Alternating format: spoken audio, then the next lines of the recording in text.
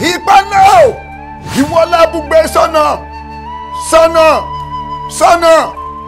àgùlùdẹ kíso. Say Sammy Ganja. Oh yeah, slow down and go in diet. Tubalamba lóso. Tàbí mélòó. Orí kò sùn la jẹ́ síra wa. Orí kò sùn ní má fi mí sílẹ̀. Tó bá fi mí sílẹ̀ ayé àṣẹ ẹ̀yẹ mi. Orí kò sùn ní má fi mí sílẹ̀. Ẹ fara mọ́ bí bro. Òde òwúrọ̀ ká ló mọ̀. Sílẹ̀ láti tún kò sùn la.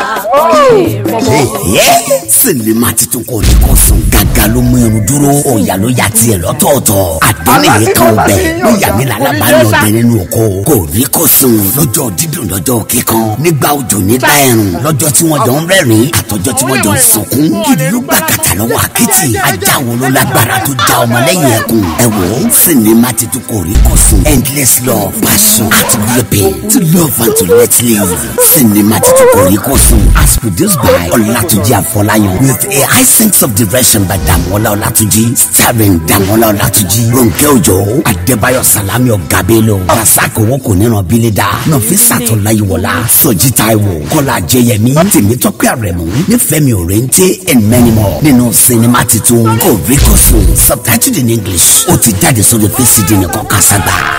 Marketed and distributed by Epsilon Movie Productions, Block E3 Up, Suite 10, Arena Market, Oshodi, Lagos. Sinimá titun Kò Rí Kò Sùn. Eléyìí kọjá fẹ́nu ròyìn àfikẹ́ ra kẹ́ wò kẹ́ gbà. Grab your copy now.